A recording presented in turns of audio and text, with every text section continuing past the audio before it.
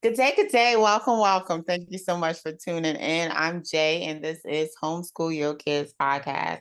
Today we have with us Ashley. Ashley, introduce yourself.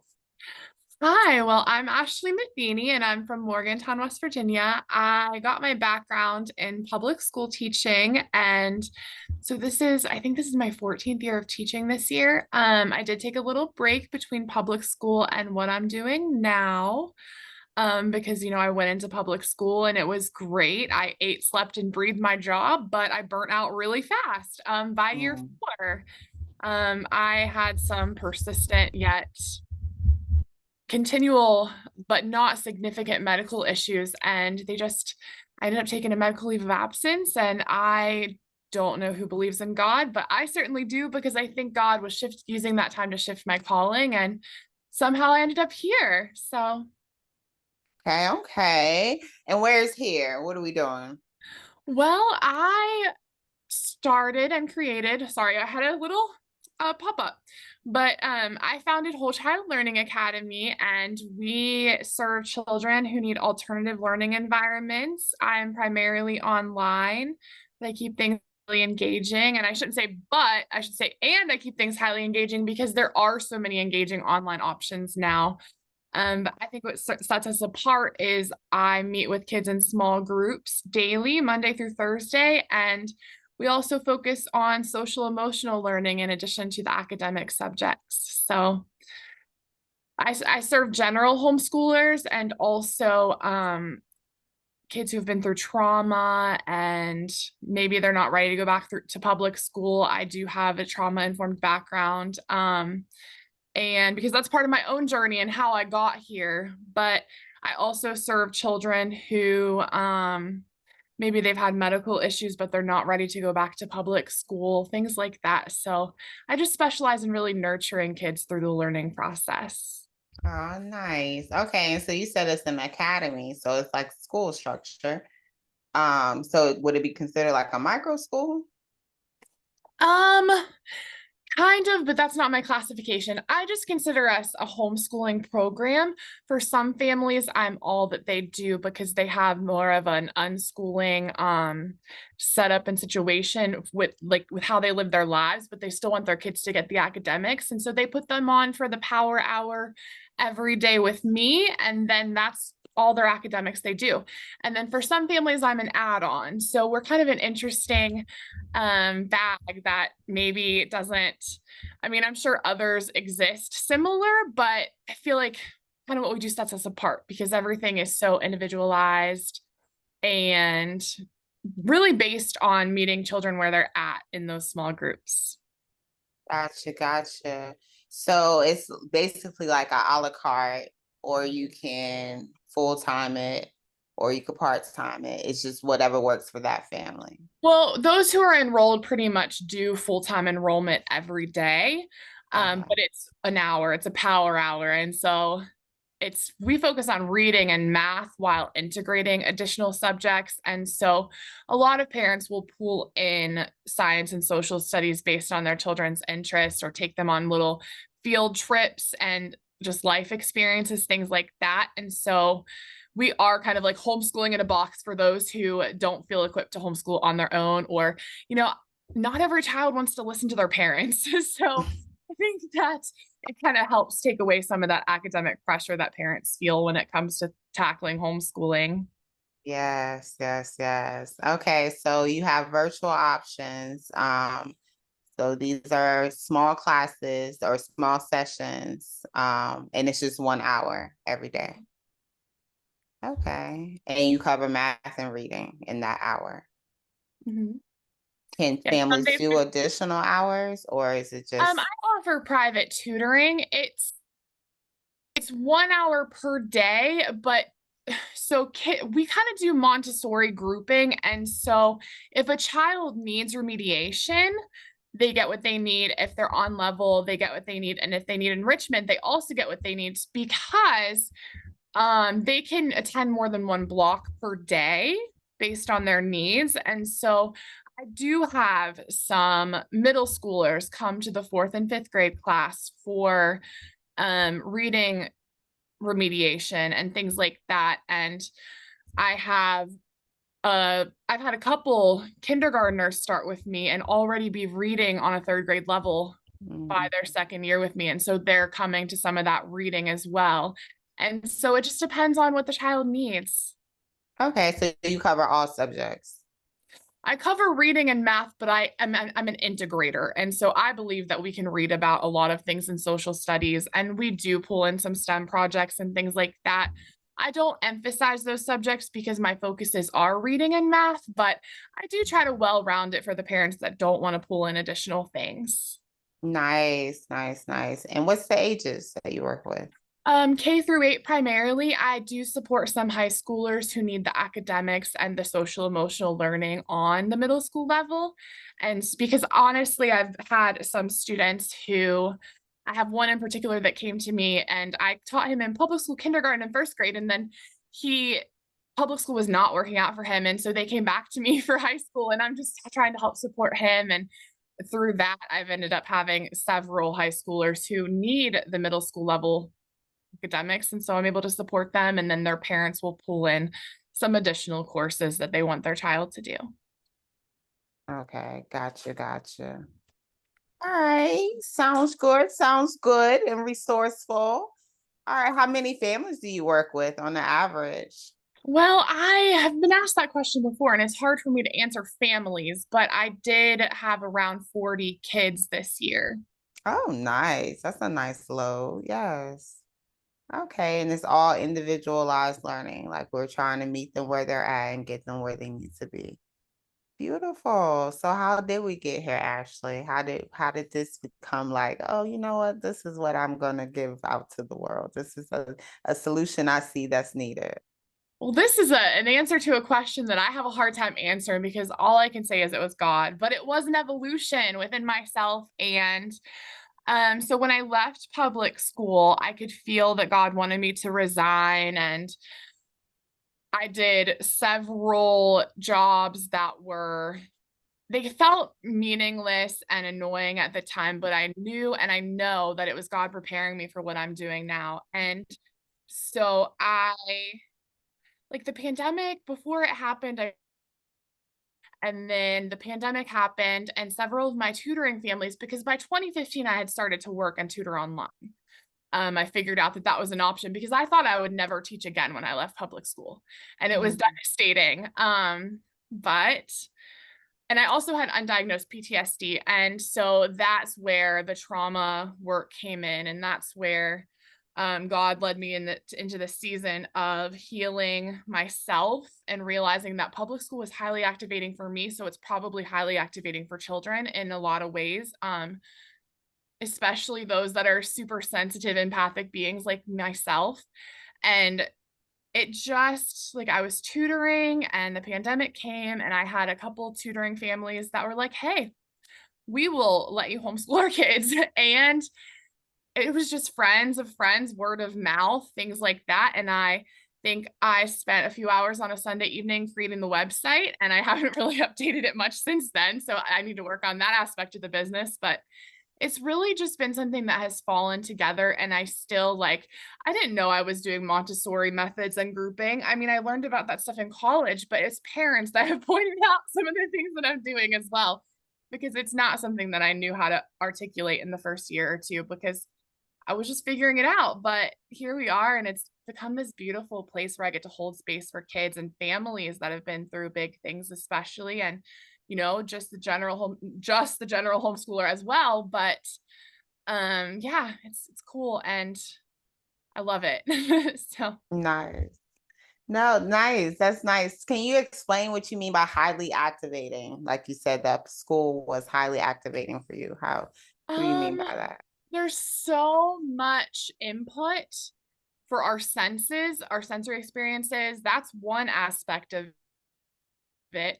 But as a teacher, it was also I got broken in really hard and fast in special ed my first 2 years, and I loved it. I always say that I specialize in the tough cookies. Like a lot of my students are, they have behavior issues, things like that. But because of the my ability to build rapport with them, I feel like that's kind of what takes us as far as we get with each other. Mhm.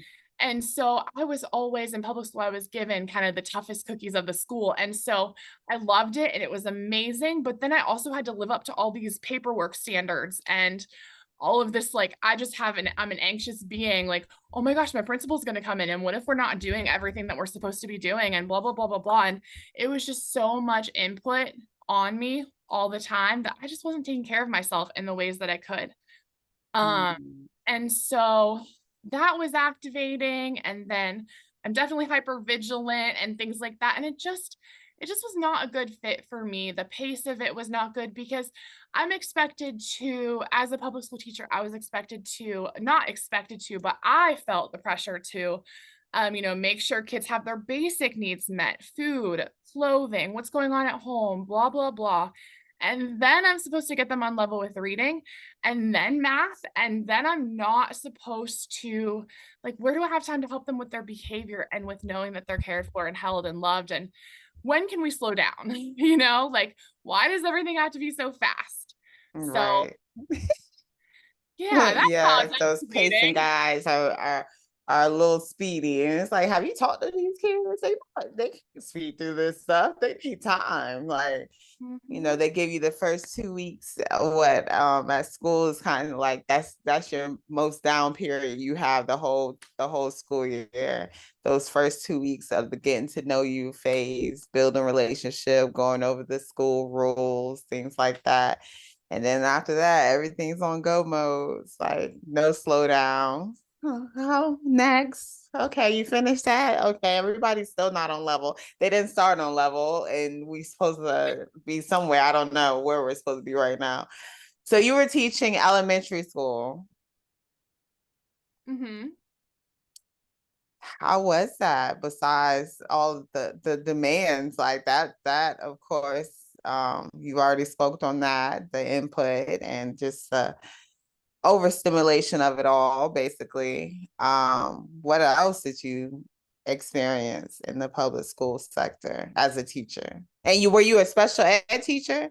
Well, I started in middle school special ed my Okay. first 2 years. I did have some elementary students because it was a K through 6 school. Um, but so I started with middle schoolers and then I did a K-1 looping year, 2 years. So I had kindergarten, and then I had the same kids, similar kids mostly in first grade the following year. Mm, So, because I needed a special ed break after 2 years, but I loved it and I felt very effective with the students and being able to, fit puzzle pieces into place for them and help them to truly learn. And so it was beautiful, but yeah, I don't remember your original question, but asking about your things that experience. happen in public Yeah. school. Yeah. Yeah, just your experience in general.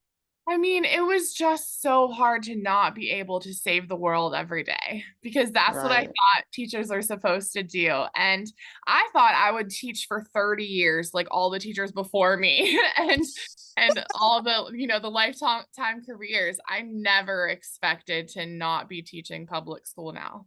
Like I would have never Mm. dreamed that I would have ever left public school. And Aw. it's just so much, like, not politics, but there were always new directives and things and just so much little stuff that added up to big stuff that I couldn't focus on the children. Yes. You spoke on the paperwork aspect earlier. Well, Breeze kind of threw it, but that was a big, big thing. Paperwork, and you were on special ed, so I could just imagine. I feel like the special ed teachers, that's all that y'all kind of were like asked to do was paperwork.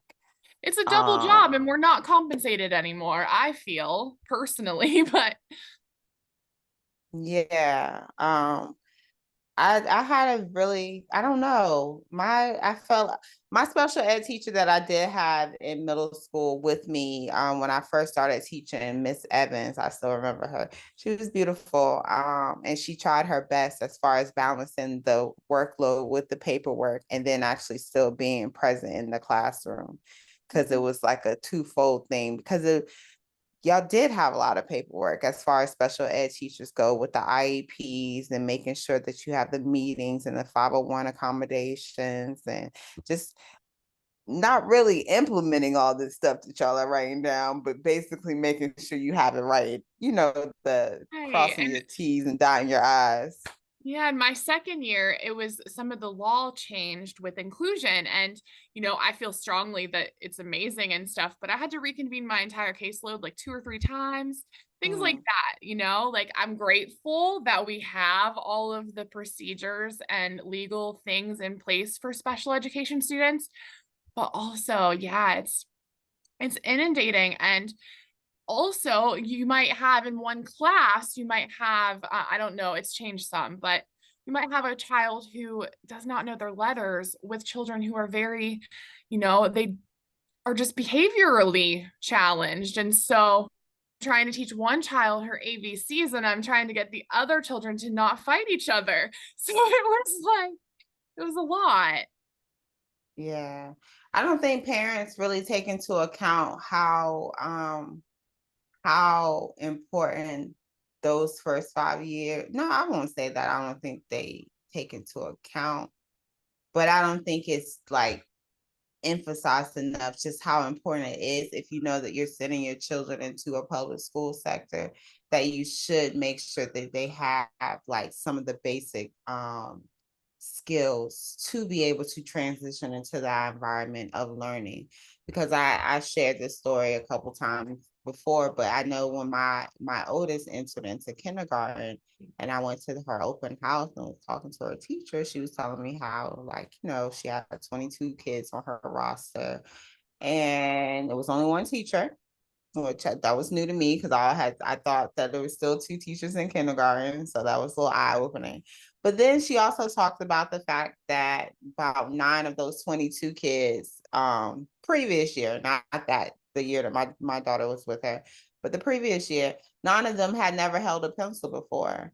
And so when you think of that and you think, okay, about the other, 12, I don't do math, 13, how many kids? But the rest of them who have held a pencil, who do know their alphabet, who can possibly spell their name, and you have these 9 that are not there, where do you start? Right. That's what my question always is. So it's like we talk about the kids not being on level, that's across the nation. You have the majority of students not being where they're expected to be, I suppose. And you think back to how far it started. Like, okay, well, when did they not be? Well, when did they fall off track, or were they ever on track? I don't know. It's a lot.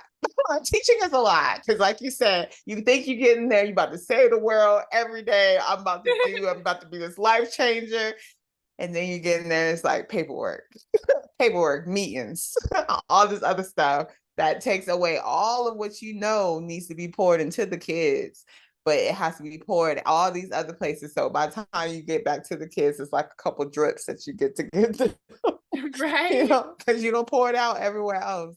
I don't know. It's a lot. It's a lot. So I always like to hear, like, other former teachers' perspectives. Um, because especially with you said that you couldn't imagine yourself not teaching. So you have to know that it had to be some dire situations for you to be like, you know what? Yeah, I mean, God knew that like I would have to be moved because there was no way I was moving out of public school. I know, I know. I just said that yesterday too. I said if the shutdown hadn't happened, I don't know if I would have had the courage to, step out. Not even necessarily the courage, because I quit a job quick, but I didn't to leave my kids. Like I told people, like I used to hear them all the time talk about, oh, I'm gonna have you next year, Miss Carter. I'm gonna have you next year, and that would be like, okay, they're gonna have me next year. Like not thinking like, okay, I don't really even want to be here next year, but but they want to have me next year, so I got to be here. But yeah, it's a lot. It's a lot. So yeah, with your passion for teaching and educating, you said, all right, well, let's downsize this. Let's try to focus more individually on students as opposed to a collective. And that's where your lovely Whole Child Academy came from. Yeah.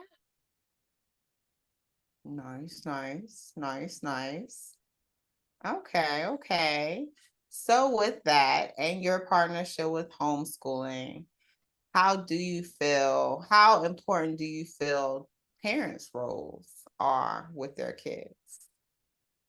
Parents are the most impactful teacher their kids will ever have, is what I believe. And um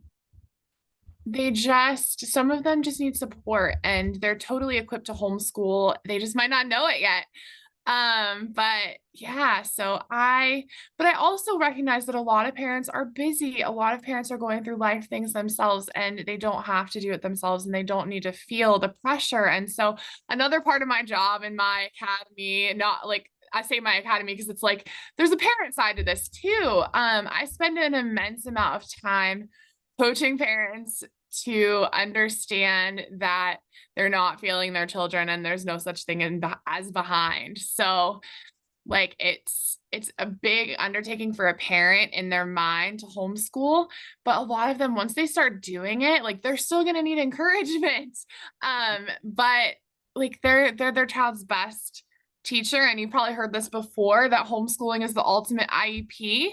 And so yeah, the power of their kids' education is in their hands, but they don't need to stress out about it. That's how I feel about all I of that. know. How do you coach them on that though? Because it is stressful. Like, parents think about college in their child's like 2 or 6 months. Like, they're already fast forward 18 years down the line. They're thinking about, okay, what about college? Is my child going to be able to go to college? Are they going to be able to get into the school they want to get into? Like, like that whole failure thing is a big part of parents saying, okay, I want to homeschool, but I don't want to mess my child up. Like, how do I do that? How do I balance that? Well, at first, when I first started delving into this realm, it was I didn't have a lot of success stories for homeschooling because the homeschoolers that I knew wanted nothing to do with a certified teacher. And like, I didn't really know a lot about it. So the first couple of years, my coaching parents was like blind faith, like just trust the process here. And then it became where I have all of these case studies through I think we finished year 4 this year of success, how homeschooling's works so well for kids. And so it's just a lot of encouragement and understanding that if kids are playing, they're learning. Like, yes, I Yeah. believe wholeheartedly in academics, but if all you do is wake your child up, cook food, do basic house things, your kids are learning. And like they're learning from everything they take in every day. And so just by existing, you're doing a good job. And I'm always like, you're probably going to smack me or, come through the Facebook Messenger or however you're communicating with me, and you're going to want to smack me. However, just take a breath. Like, no one ever wants to hear just breathe, but just take a Right. breath. No, I'm already breathing. I'm still stressed. Yes. Take a breath. Take a breath. Take a breath. Breathe. Yes. Trust the process. Blind faith. You said it all. Like it is all a part of the You don't know process. it's going to add up until it adds up. So, Right. I had one speaker speak at the Maryland Expo, and she called her children the experiments. She's like, okay, here's experiment number 1. And this is what they're doing now. And then experiment number 2, because it is an experiment. I love that she put it that way, because it is. It's like, let's try this out. Like yeah. even with all that I've created, I'm still like, okay, like we're gonna have to see how this is gonna play out.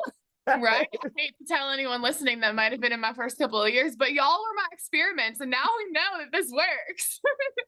Right? Yes, it's all an experiment. It really is. All trial and error. So yeah. Yeah, it's a big one though. Parents have to understand their importance. Parents have to, it has to be reiterated to them over and over and over. I think even from the moment that you kind of have your child, it's like you made to question everything that you're doing from the beginning, from your hospital visits, from the doctor telling you, oh, no, you may want to do it this way, or you need to deliver like this, or, oh, we need to induce you and have like, it's like always something where it's kind of shaping what you want to do, even if that's not necessarily what you want to do. I don't know if I'm saying it right, but like just going with the norm or going with what's being told, even though it doesn't feel right with you. Yeah. Think that's my biggest role in this realm is helping parents realize that there's not one way to do this. They're not going to mess up their child. Uh, Every child does not have to fit into this cookie cutter. Just because this parent has a full curriculum doesn't mean you need to. And just all of that because every child is so different. yes. Like some children, they need a worksheet cut parts and they need to do a little part every day. Some children can get online and do a whole lesson with a teacher and they can feel really great about that. Some kids need to go to things in person. There's not one thing that will make you wrong as a homeschooling mom. And I think that's the biggest thing with this right now is like there's so many expectations, and in the homeschooling groups on Facebook and stuff especially, you see all of these, there's all this constant input on all these great amazing things people are putting on social media that they're doing in homeschooling, but none of it's necessary and none of it's mandatory. I know people, they have their cards, they have their homeschooling cards, and they have their section set up. And it is like I always talk of, please don't go and compare and contrast yourself to these Instagram posts or social media posts or content creators in general, because it's just a snapshot. It really is. And it may not be necessary for your family. Like I'm sure every homeschooling family, not every homeschooling family, but most homeschooling families, their kids are just running through the house like crazy children for half of it, for a lot of the day. I'm just kidding, but also maybe not. Yes, and people like, no, I That's have a never in the schedule, social media posts, not right? usually. Just know that mine are, okay? Mine are running amok for most of the day. We sit down for probably about 2 hours out the day, and then the rest of the day is free for all. It really is. But a lot of learning takes place. I do know that. Um, yeah, it does. It does, because a lot of questions are asked of me daily. And I should be writing down all these questions because it could probably go in a book. But yes, anywho. All right. So with Whole Child, are you using a curriculum? Are you creating your own curriculum? Because you spoke on curriculum and parents not necessarily having to finish out the curriculum that they choose and understanding that. But do you have a curriculum yourself, or are you creating things as you go? So one thing, I started this train, but my brain switched to something else earlier. One thing is that so the kids kind of know what grade levels they're in, and I know what each group needs to be learning. And so because of my education training, I know the standards that kids should be learning in whatever grade they're in. And so I'm a resource pooler. I take whatever the standards are. I pretty much follow the national standards for the each grade level, and I pull resources because I have over a decade of just buying things. And so it's based on what the children need and also based on what is expected or what they could be learning at their grade level that they're at.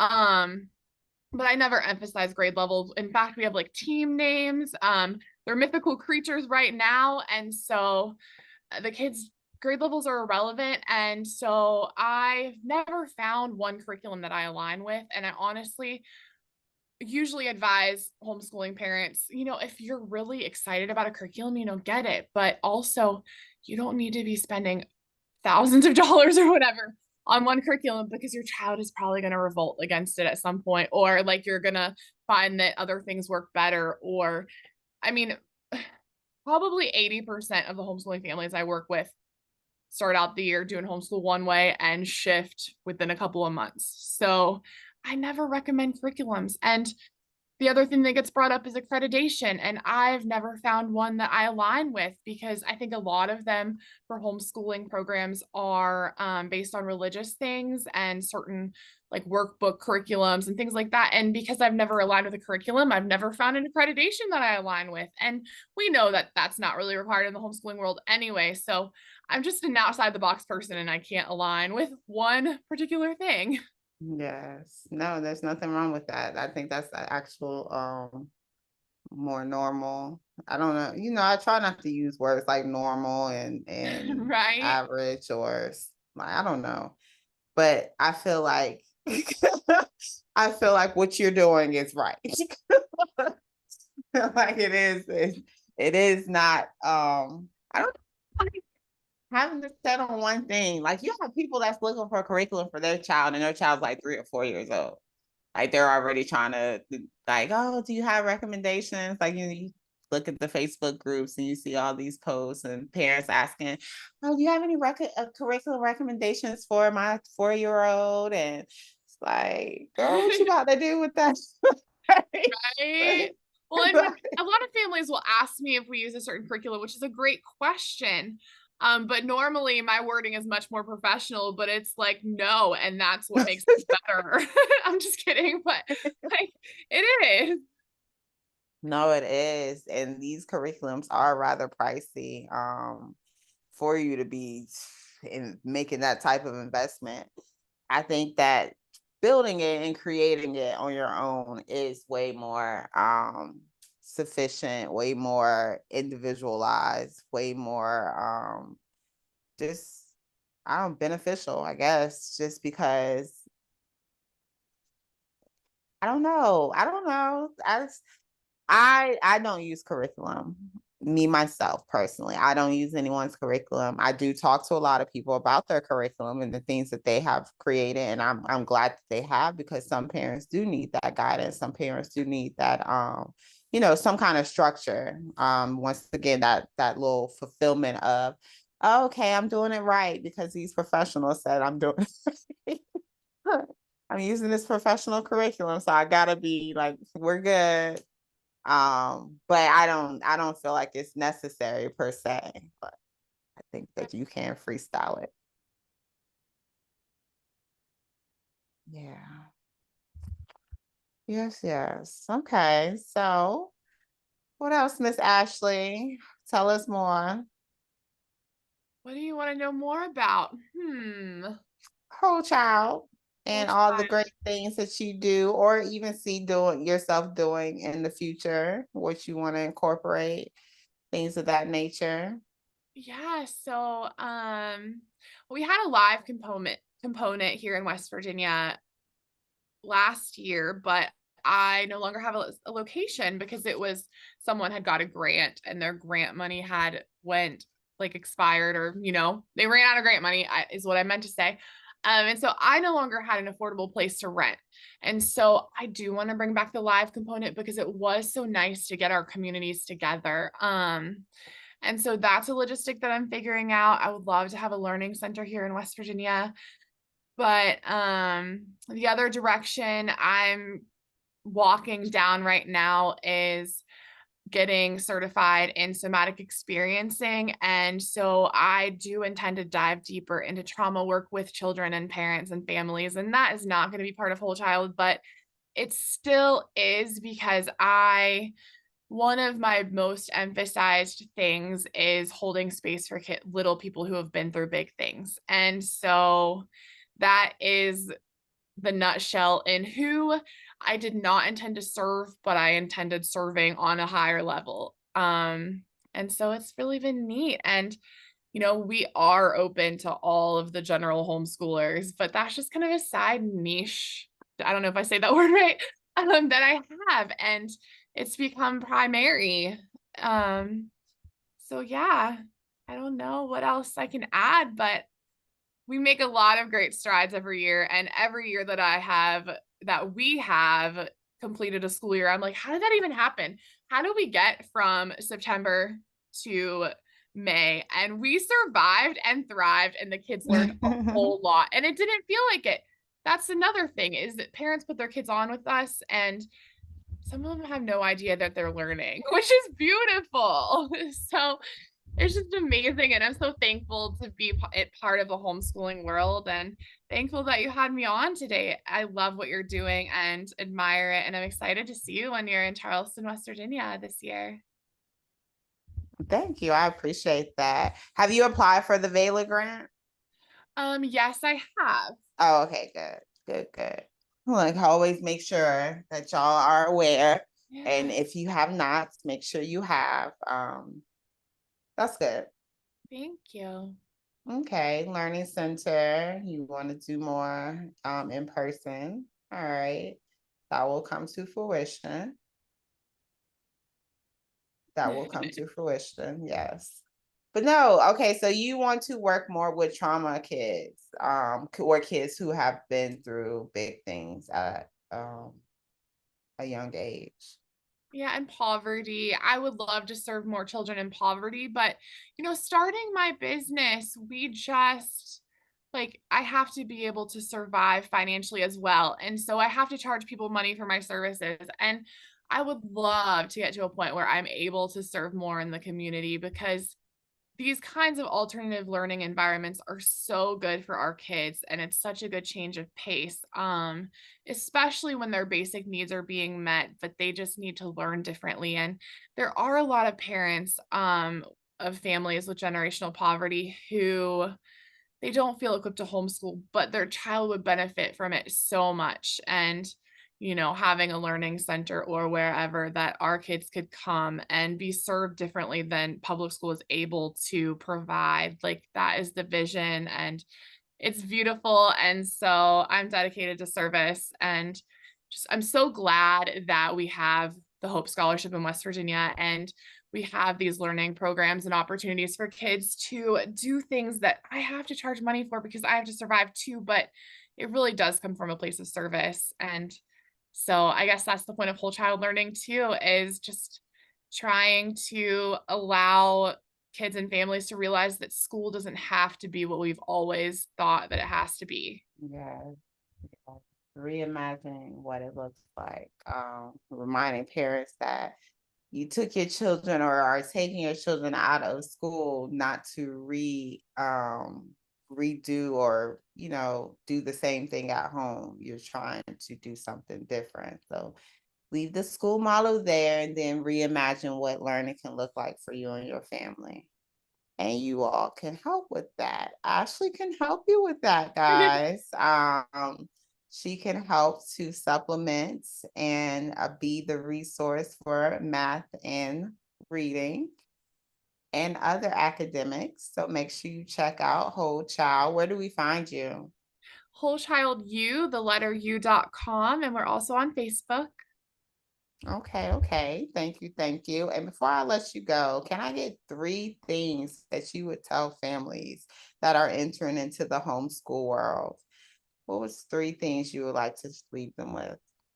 Number one, homeschooling exists because it's the ultimate freedom in education. Number two, you can't mess up your kids, and there's no such thing as behind. And number three, just do it. I think that's all. Just start, and then the process will reveal itself. You don't actually know what you're doing until you're doing it. Oh, yes. I like that. Yes, yes. Thank you for that, Ashley. Yes, just do Thank it. you. Look, just do it. Nike's not the only one. Okay. Ashley said, just do it. But thank you, Ashley. Thank you. Thank you for all that you're doing. Thank you for seeing an issue or seeing a problem and being a solution to it. I really, really appreciate that. And I know that the families do as well. So families, please reach out to Ashley if you are in need of support. Support, support, support. She is passionate and loving as far as teaching goes, and she wants to pour into your children. So if you are not equipped to do it all on your own, remember that there is support available. There are resources available. There are individuals available that are looking and waiting and just ready to help you and lead you and confidently to that level of success that you are aiming for. So reach out. And in the meantime, in between time, homeschool your kids.